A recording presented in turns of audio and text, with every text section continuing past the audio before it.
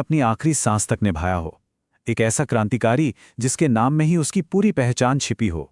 जी हाँ, आज हम बात कर रहे हैं चंद्रशेखर आजाद की और उनकी कहानी के उस हिस्से की जो एक वादे और एक आखिरी गोली के इर्द गिर्द घूमती है। चलिए आपको समय में पीछे ले चलते हैं। तारीख थी 27 फरवरी 1931। भारतीय स्वतंत्रता संग्राम के इतिहास में ये दिन हमेशा के लिए दर्ज होने वाला था। और जगह थी इलाहाबाद, जिसे आज हम प्रयागराज के नाम से जानते हैं। वहां का मशहूर एल्फ्रेड पार्क उस दिन एक ऐसे टकराव का गवाह बनने जा रहा था जो इतिहास बदलने वाला था। हुआ ये कि हिंदुस्तान सोशलिस्ट रिपब्लिकन एसोसिएशन के commander in chief Chandrashekhar Azad को ब्रिटिश पुलिस ने चारों तरफ से घेर लिया था। बचने का सच कहें तो कोई रास्ता ही नहीं था। तो अब सवाल ये उठता है कि जब एक क्रांतिकारी की पिस्तौल में सिर्फ एक गोली बची हो और सामने दुश्मन की पूरी फौज खड़ी हो, तो उस आखिरी गोली का इस्तेमाल आखिर कैसे किया जाता है। तो चलिए सबसे पहले जानते हैं उस आखिरी गोली की कहानी। उस दिन एल्फ्रेड पार्क में आजाद ने घंटों तक अकेले ही पुलिस फोर्स का मुकाबला किया, लेकिन जब उन्हें यह एहसास हुआ कि वो पकड़े जा सकते हैं तो उन्होंने अपनी जिंदगी का सबसे बड़ा फैसला लिया। ये सिर्फ एक नारा नहीं था, ये चंद्रशेखर आजाद का प्रण था, उनका संकल्प। और अपने इसी प्रण को निभाने के लिए उन्होंने अपनी पिस्तौल की वो आखिरी गोली दुश्मन पर नहीं बल्कि खुद पर चला दी। वो जीते जी कभी अंग्रेजों के हाथ नहीं आए।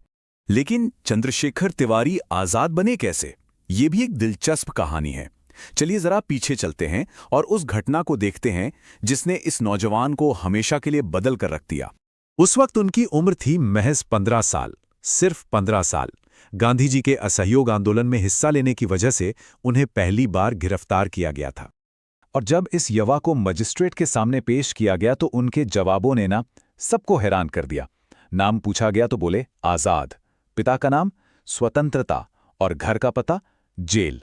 बस इसी दिलेरी और निडरता के बाद दुनिया ने चंद्रशेखर तिवारी को चंद्रशेखर आजाद के नाम से जाना।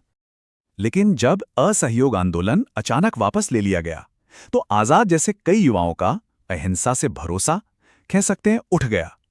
और यहीं से उन्होंने क्रांति की एक सशस्त्र राह चुनी। तो देखिए, उनका सफर 1921 में गांधी जी के आंदोलन से शुरू हुआ, लेकिन जल्द ही वो हिंदुस्तान रिपब्लिकन एसोसिएशन से जुड़ गए। फिर 1925 में मशहूर काकोरी कांड में उनकी एक बहुत अहम भूमिका थी। और फिर आया 1928, जब उन्होंने भगत सिंह जैसे साथियों के साथ मिलकर हिंदुस्तान सोशलिस्ट रिपब्लिकन एसोसिएशन यानी HSRA की नींव रखी। यहाँ ये सोशलिस्ट शब्द जोड़ना एक बहुत बड़ा वैचारिक कदम था। मतलब लक्ष्य सिर्फ अंग्रेजों से आज़ादी नहीं बल्कि एक समाजवादी भारत बनाना था। इस नए संगठन में भूमिकाएं एकदम साफ थीं। जहां भगत सिंह वैचारिक मशाल जला रहे थे, वहीं आजाद कमांडर इन चीफ के तौर पर सैन्य रणनीति, ट्रेनिंग और संगठन को एक फौलादी मजबूती देने का काम कर रहे थे।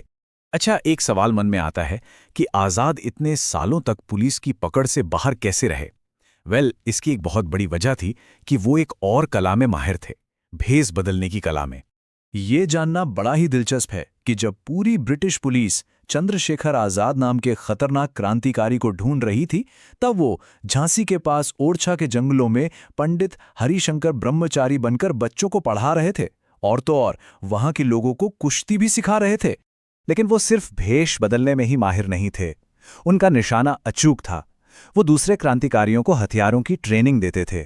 और हां, जब लाला लाजपत राय की शहादत हुई तो उसका बदला लेने के लिए जॉन सॉन्डर्स की हत्या की पूरी योजना बनाने और उसे अंजाम देने में उनकी एक सेंट्रल भूमिका थी।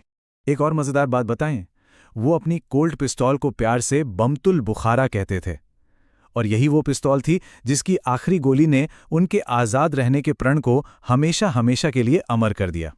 आजाद का जीवन भले ही बहुत छोटा रहा, लेकिन उनकी शहादत ने आज़ादी के संघर्ष को एक नई आग, एक नई ऊर्जा दी। उनकी विरासत आज भी जिंदा है।